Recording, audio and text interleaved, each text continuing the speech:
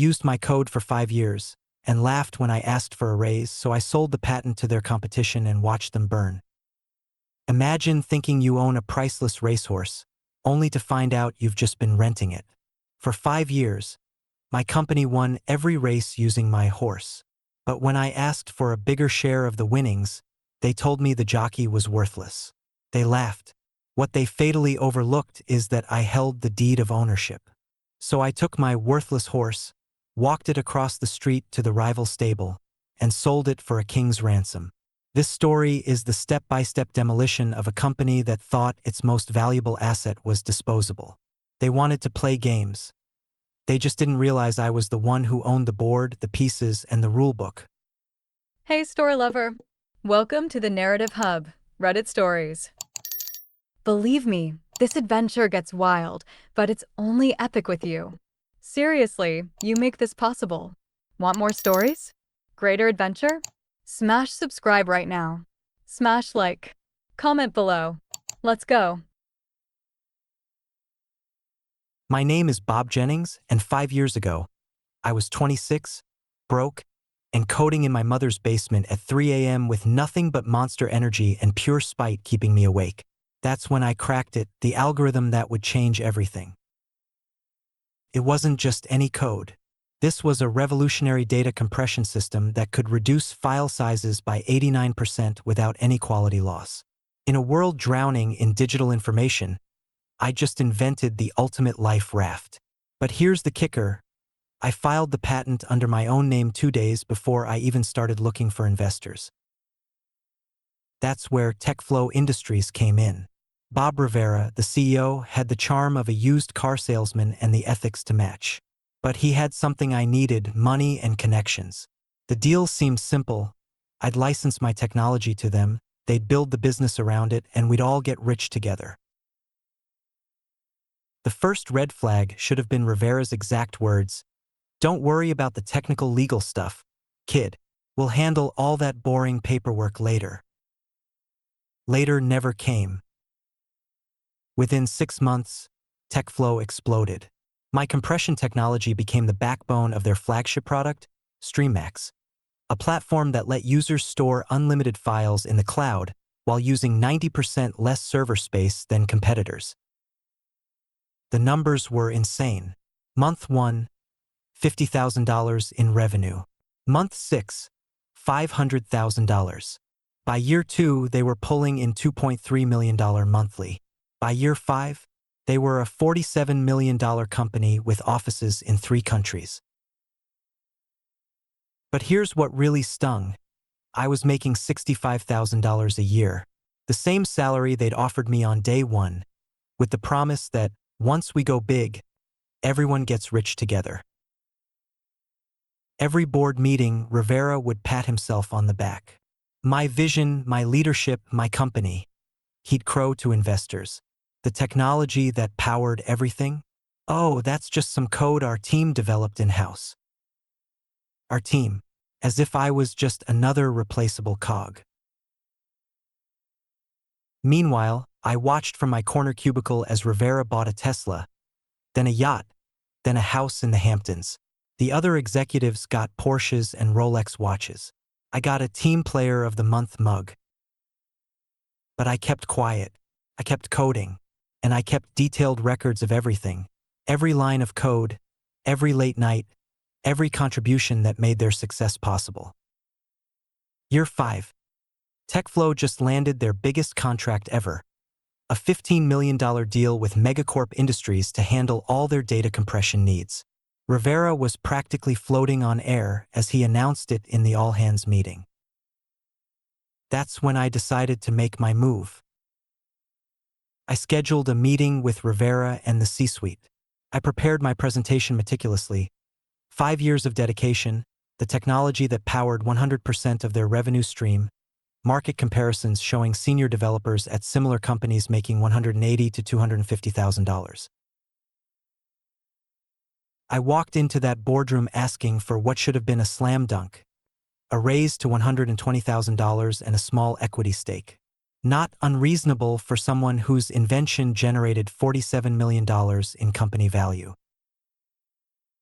Rivera didn't even let me finish my presentation. Bob, Bob, he said, leaning back in his leather chair with that condescending smile I'd grown to hate. You seem confused about how business works. We provided the capital, the vision, the leadership. You provided, what, some code? Code is cheap, buddy. We could outsource your job to 3 guys in Bangladesh for half your current salary. The room erupted in laughter. CFO Janet Morrison actually slapped the table. CTO David Kim, who barely understood HTML, was wiping tears from his eyes. Tell you what, Rivera continued, since you're feeling undervalued, maybe you should explore other opportunities. I hear McDonald's is hiring.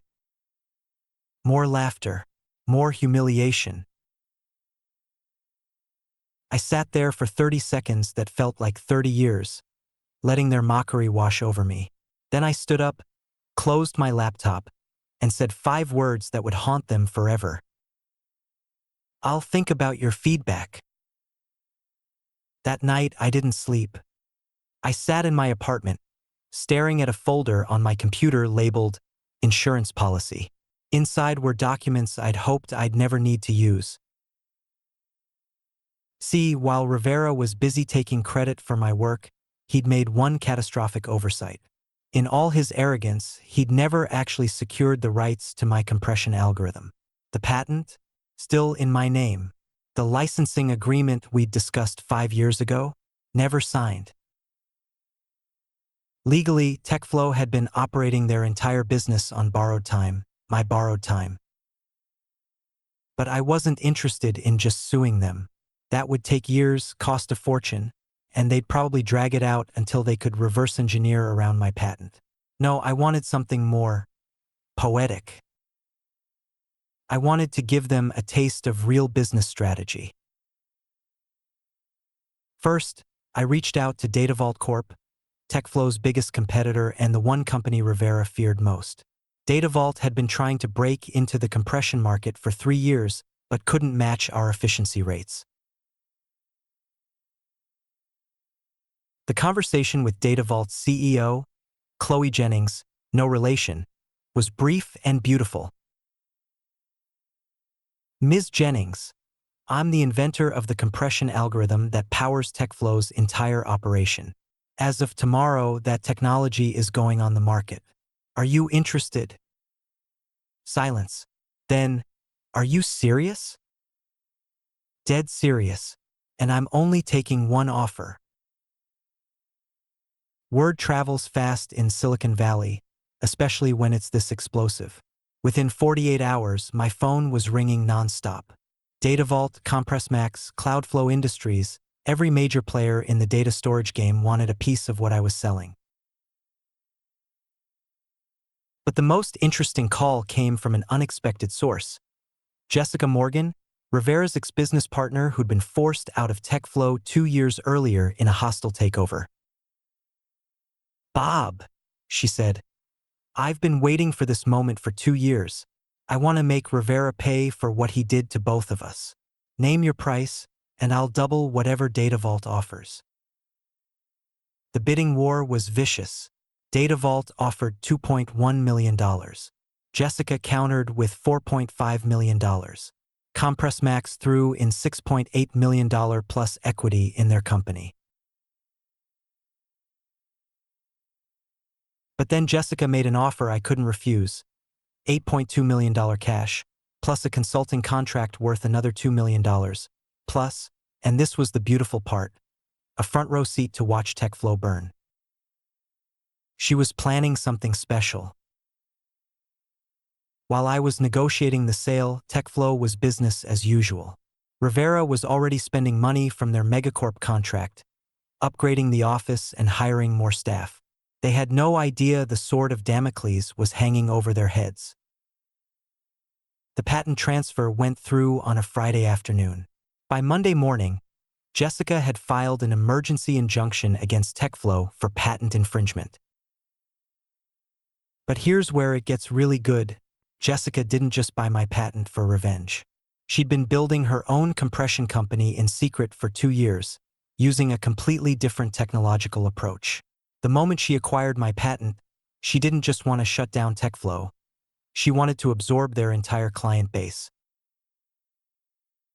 Rivera's first clue that something was wrong came when Megacorp Industries called to discuss some concerns about their recent contract.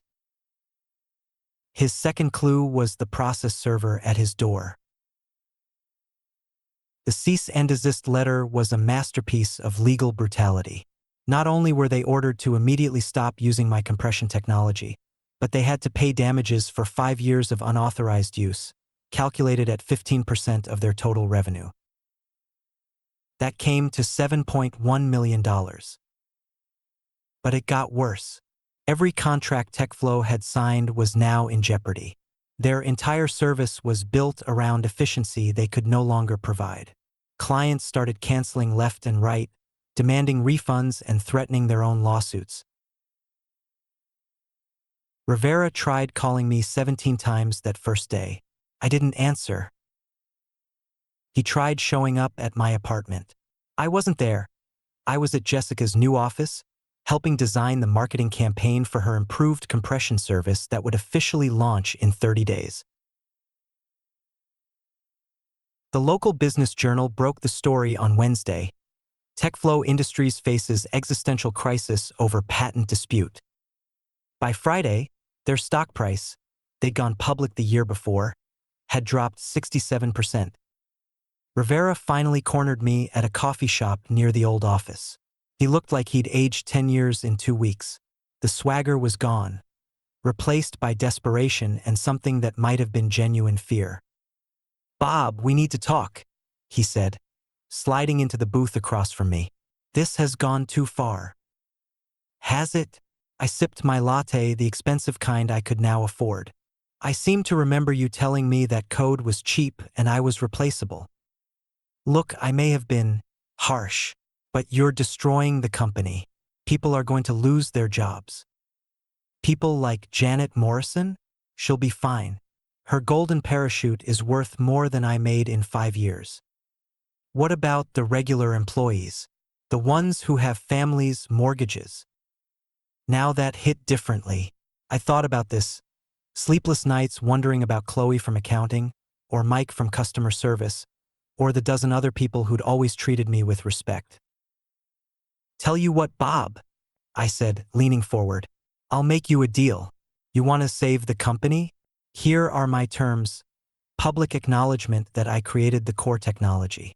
Full back pay for 5 years at market rates, that's about $600,000. And a 15% equity stake in the company." Rivera's face went through about 6 different emotions. That's insane. The board would never approve that." "Then I guess the company dies." "You're bluffing." I pulled out my phone and showed him Jessica's latest text. "Ready to announce our new service launch. Should I move forward?" Rivera stared at the screen for 30 seconds. "Give me a week." The emergency board meeting was set for the following Monday. Rivera had spent the weekend trying to rally support, but the mathematics were simple: pay Bob or watch the company collapse. I walked into that same boardroom where they'd humiliated me 3 weeks earlier.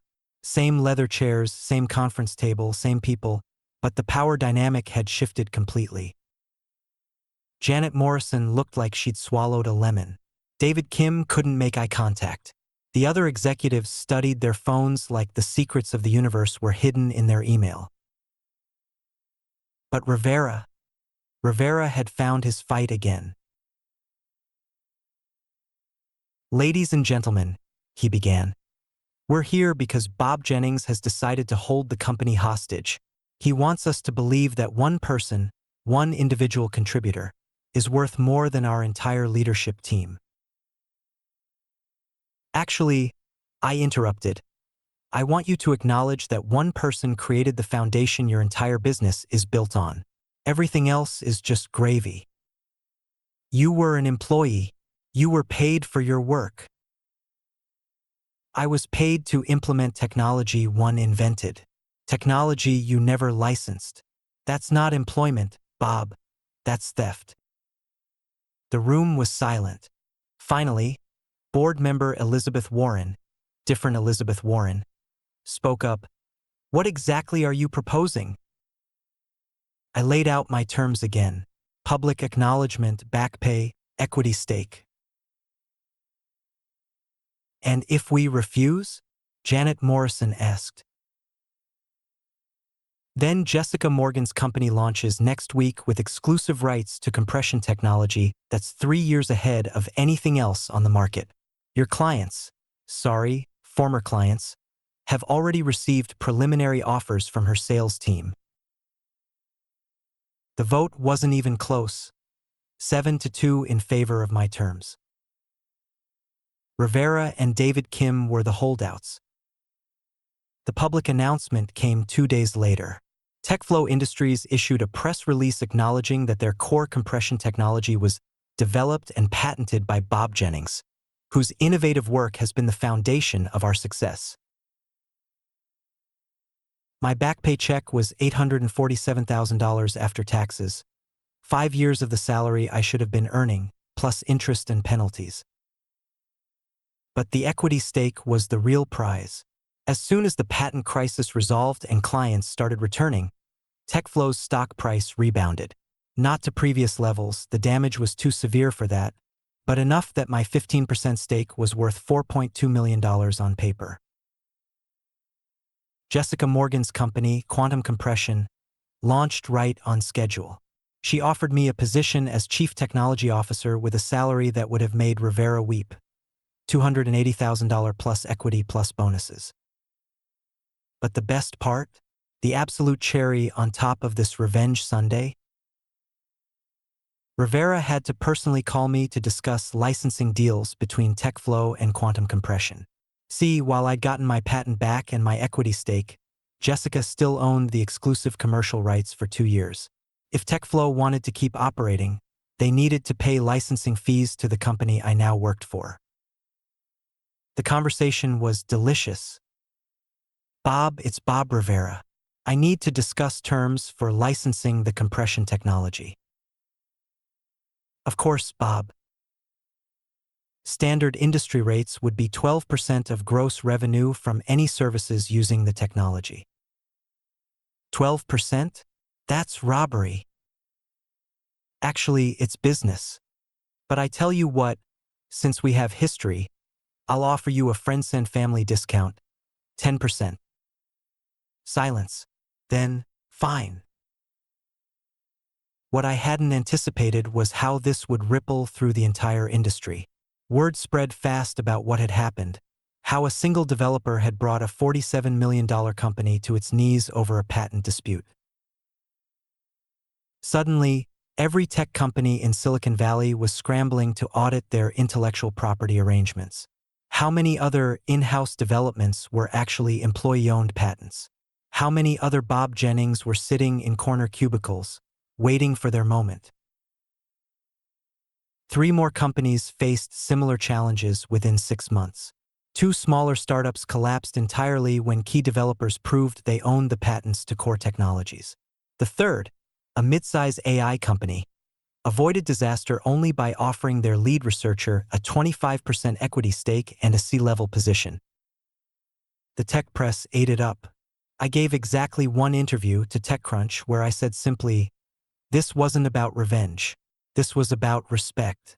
If companies want to build empires on their employees' innovations, they need to treat those employees like partners, not disposable resources. That quote went viral. Hashtag treat employees like partners became a rallying cry. I started getting speaking requests from universities and conferences. But the most satisfying moment came 8 months later, at the annual Silicon Valley Tech Awards. TechFlow was nominated for Company of the Year, a nomination that felt like a sick joke given everything that had happened. They didn't win. Quantum Compression did. Jessica Morgan accepted the award, and when she got to the podium, she said, "This award belongs to every innovator who's been told their ideas were worthless, every developer who's been treated as replaceable, and especially to my Chief Technology Officer, Bob Jennings, who taught us all that sometimes the best business strategy is simply treating people with the respect they deserve. The camera found me in the audience. I wasn't smiling, I was grinning. Rivera was 3 tables away, clapping politely and dying inside. But the story doesn't end with awards and vindication. Because while I was enjoying my success at quantum compression, TechFlow was still hemorrhaging money and talent. The licensing fees they were paying us were bleeding them dry. 10% of their gross revenue was more than their net profit margin. They were essentially working for us, not themselves. Janet Morrison was the first to jump ship. She took a position at a competitor for a 40% salary increase. Within 3 months, half the executive team had fled to other companies. The rank-and-file employees, the ones I genuinely worried about, were actually doing fine.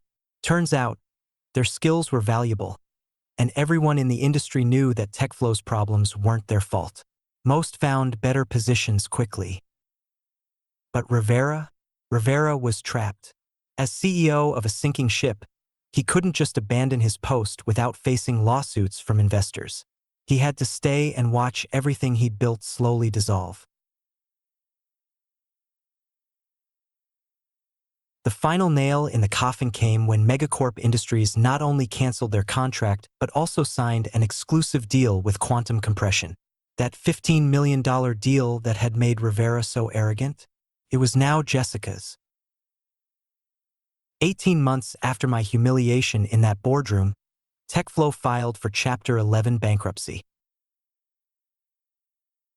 The bankruptcy auction was held on a rainy Thursday morning in downtown San Francisco. I didn't need to be there.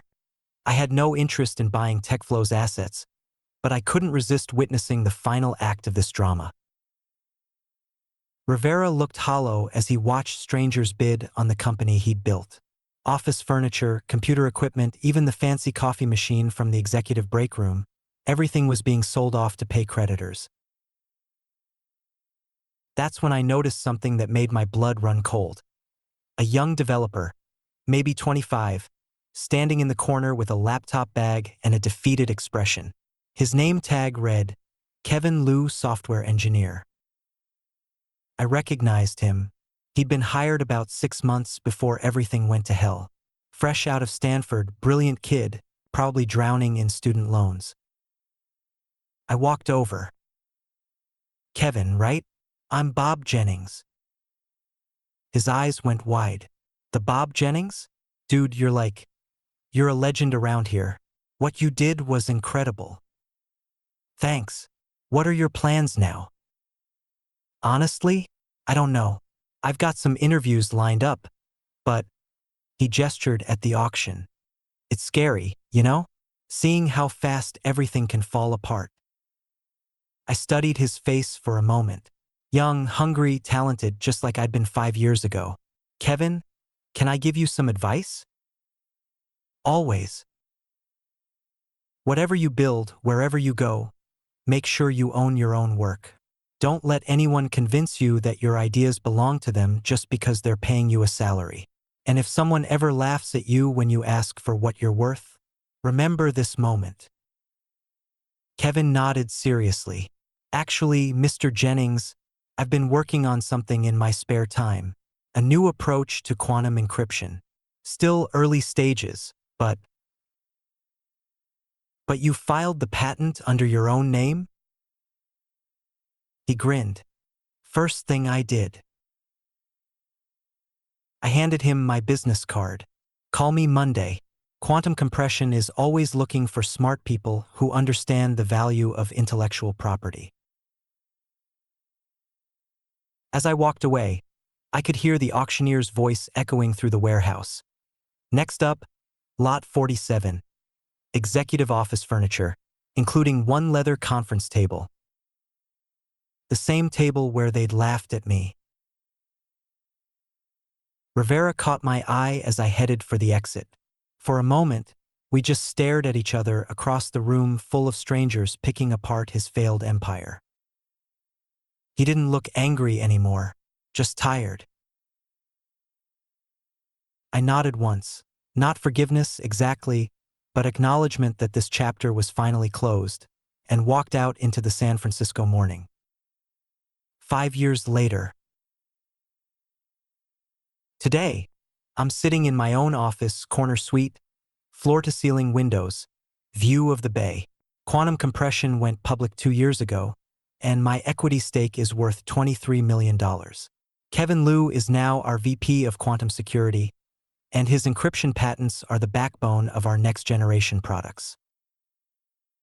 We have 847 employees across 4 countries. Every single one of them has explicit intellectual property protections in their contracts. Every innovation they create for the company comes with fair compensation and recognition.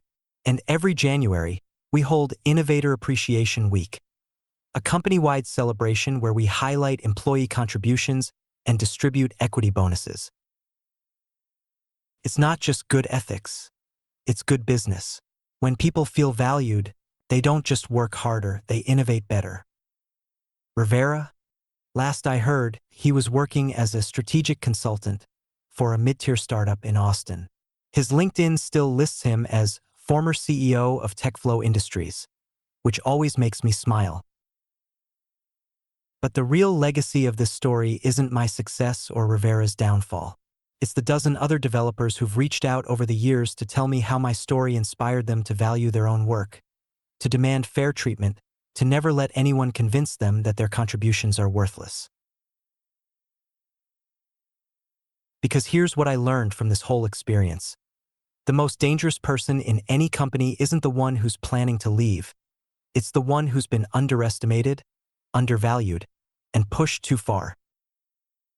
They called me just a coder, replaceable and cheap. They forgot that sometimes the quiet guy in the corner isn't just writing code, he's writing the rules. And when you own the rules, you get to decide how the game ends.